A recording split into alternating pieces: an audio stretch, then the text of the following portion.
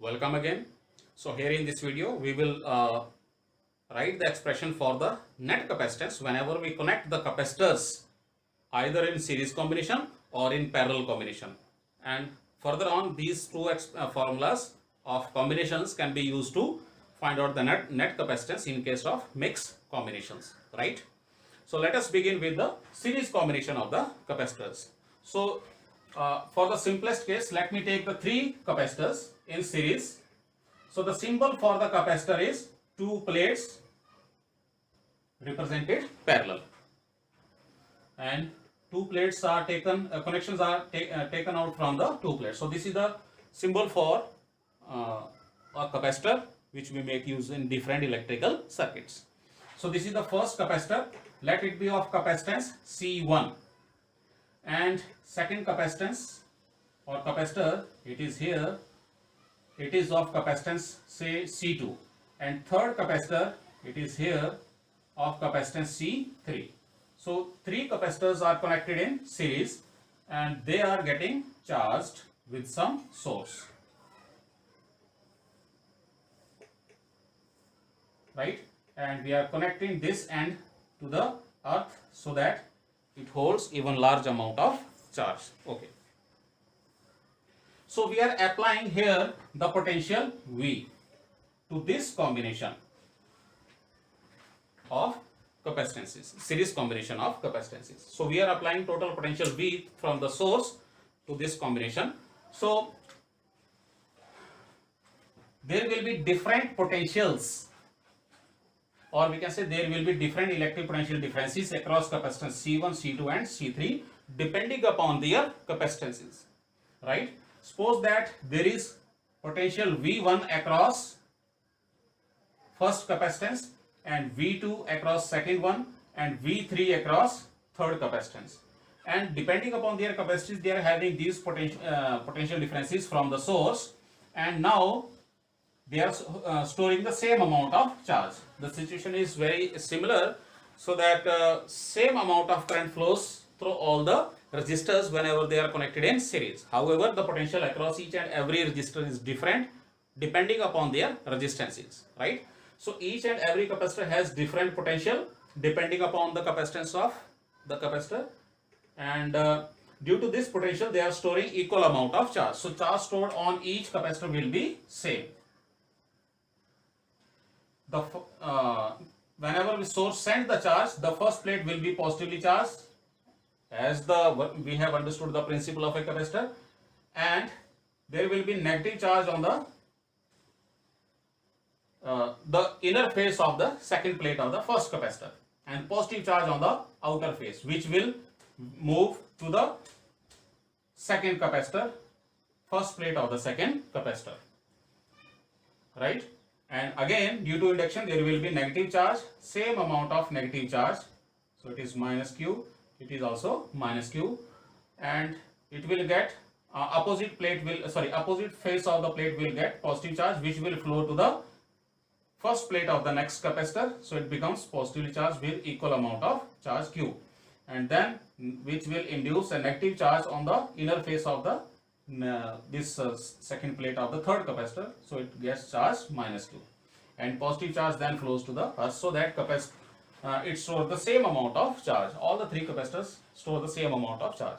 So from the diagram it appears that the net potential, it is given by sum of the potentials across each and every capacitor connected in series. It is V1 plus V2 plus V3.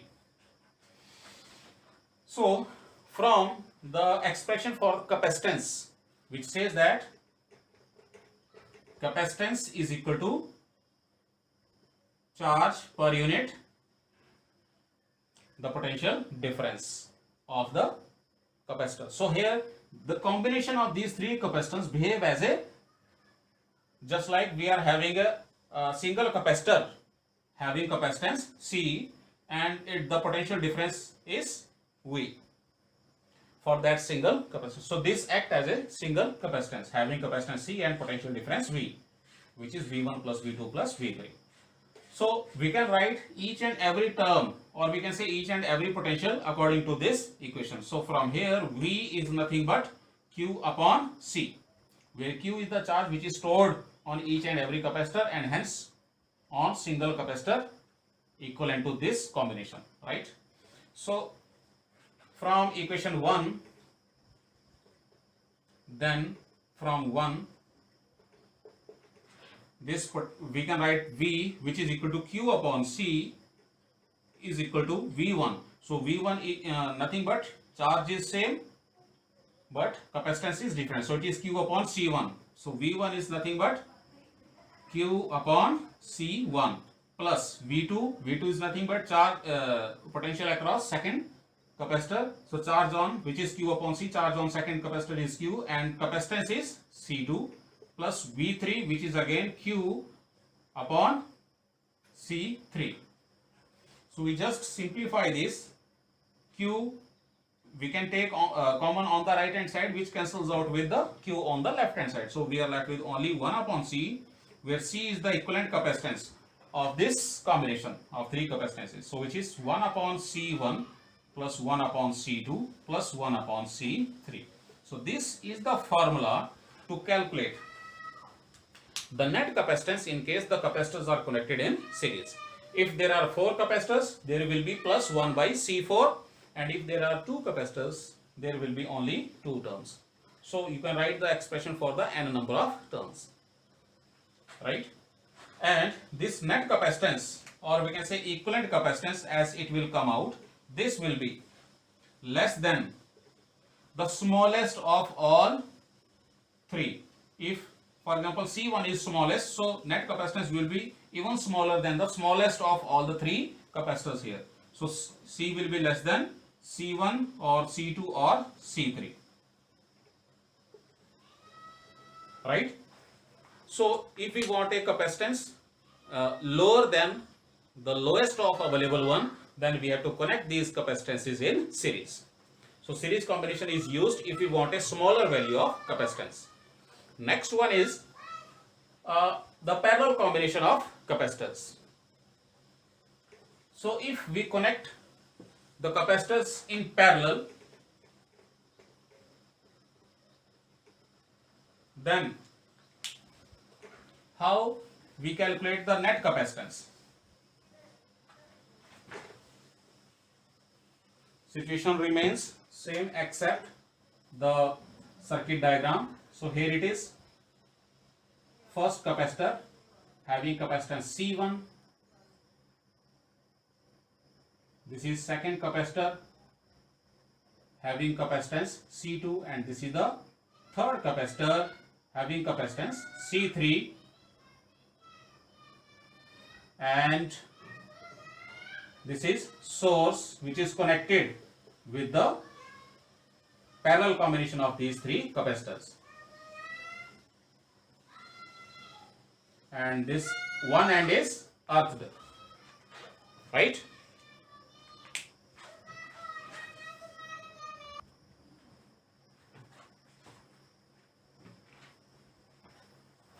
So in this case, all the 3 capacitors are connected at the same terminals A and B. We can give it name A and B, across which the source is connected, right?